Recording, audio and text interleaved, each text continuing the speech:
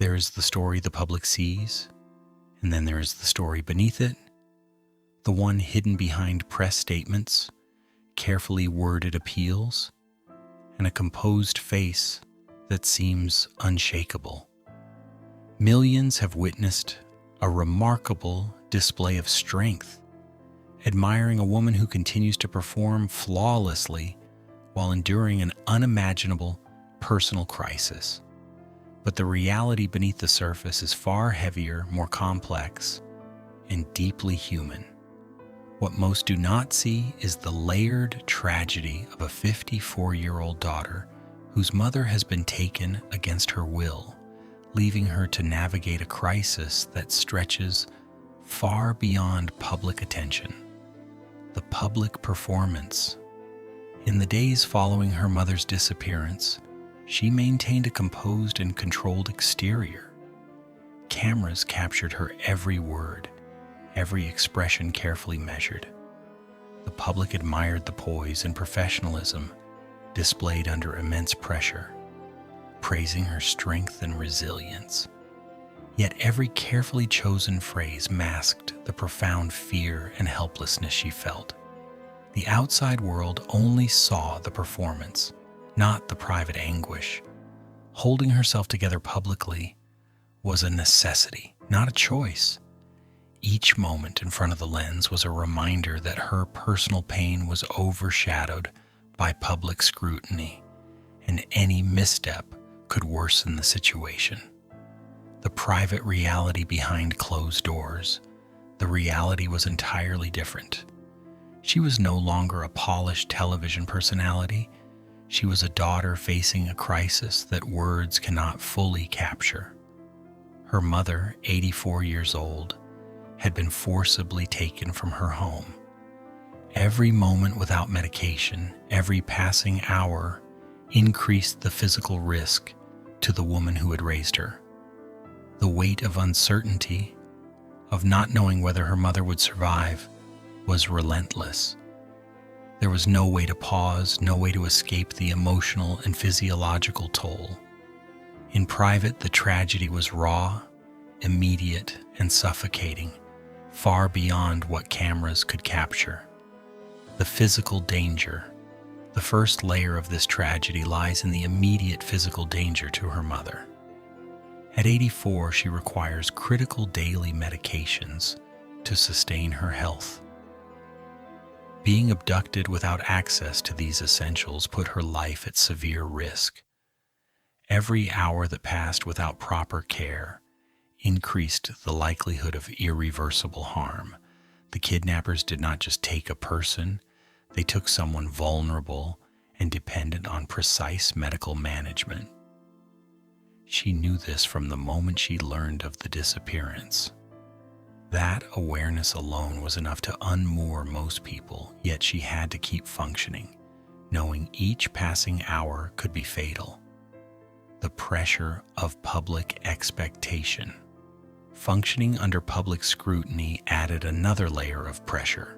She was expected to manage the crisis with poise, offering updates that were measured, calm, and reassuring. The entire nation watched, waiting for every word, every emotional signal. She had to balance the intense personal fear for her mother's life with the responsibility to not compromise the ongoing investigation. The public's admiration, though well-meaning, came with an unspoken demand: remain composed, perform flawlessly, and continue appearing strong. This dual existence, private terror versus public composure, created a constant, unrelenting tension that few could endure. A lifetime of conditioning her ability to remain composed was not merely innate. From childhood, she'd been shaped to respond to pressure with performance rather than collapse. The philosophy instilled by her mother emphasized strength, resilience, and the suppression of vulnerability.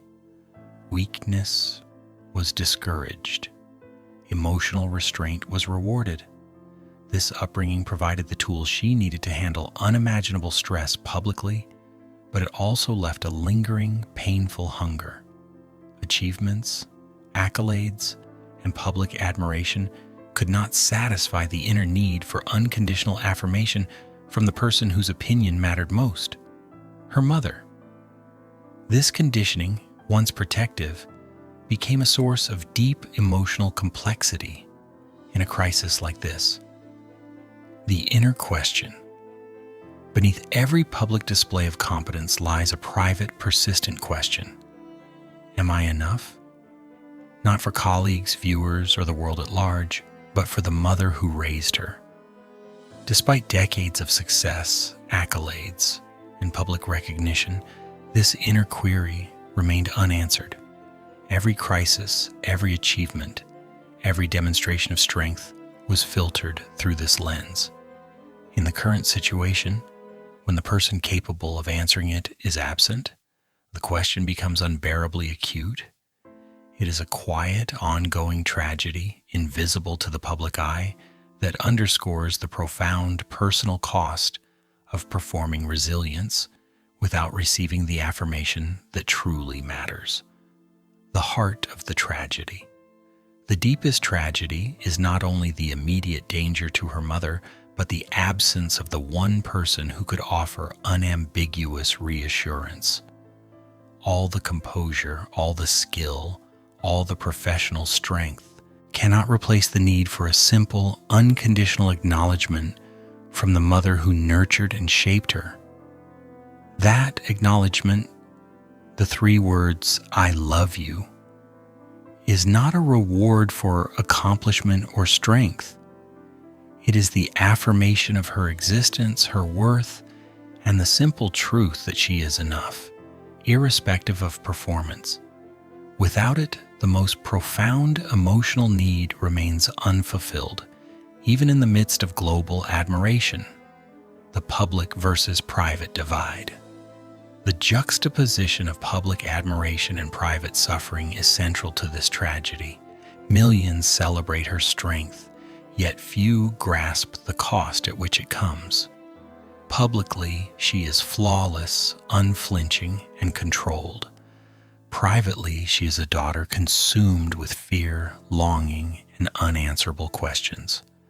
The constant duality, performing for the world while navigating devastating uncertainty, intensifies the pain.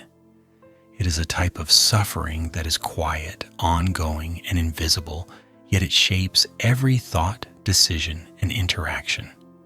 The paradox is heartbreaking. The very skills that allow her to endure in public simultaneously isolate her from the reassurance she most needs. A mother's gift. The greatest gift her mother can now offer is not instruction, advice, or encouragement. It is not a lesson in strength or composure. It is a simple acknowledgement of love, a declaration that she is enough, unconditionally. Those words transcend performance, accolades, and crisis management. They speak to the heart of a lifelong, unfulfilled need. When her mother returns, the act of hearing this affirmation will be more powerful than any public recognition or professional success she has achieved.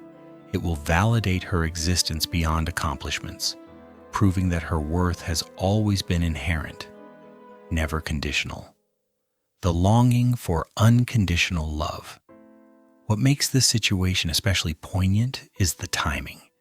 At 54, she has spent decades achieving, performing, and proving herself in a world that constantly measures value by output and appearance. She has navigated extraordinary professional challenges while raising a family, building a life, and maintaining a public image. And yet, despite all of this, the absence of unconditional affirmation from her mother leaves a deep, persistent void. It is a quiet tragedy, not broadcast on television or written about in headlines, but one that is no less real or devastating. The unseen struggle. Her struggle illustrates a universal truth. External success does not erase internal longing. Millions may admire her poise and professionalism, but the internal, private dimension of her pain remains largely invisible. It is a layered tragedy. The immediate physical danger to her mother, the relentless pressure to perform publicly, and the lifelong quest for emotional validation all converge. This unseen dimension is profound, shaping her inner world even as she maintains a composed exterior. The public sees strength. The private reality is fear, uncertainty, and longing for love that transcends performance. Conclusion: the answer she deserves. The resolution of this crisis will be defined not by headlines or professional milestones, but by the simple acknowledgement of love she has long awaited. When her mother returns, the most profound act will be hearing those words, "I love you. You are enough." That affirmation is the antidote to a lifetime of conditioned performance, the closure to decades of unspoken longing, and the ultimate validation that she has always been enough. The public may witness a hero, but the deepest truth lies in the private reunion, where love, not performance, finally answers the question that has defined her life.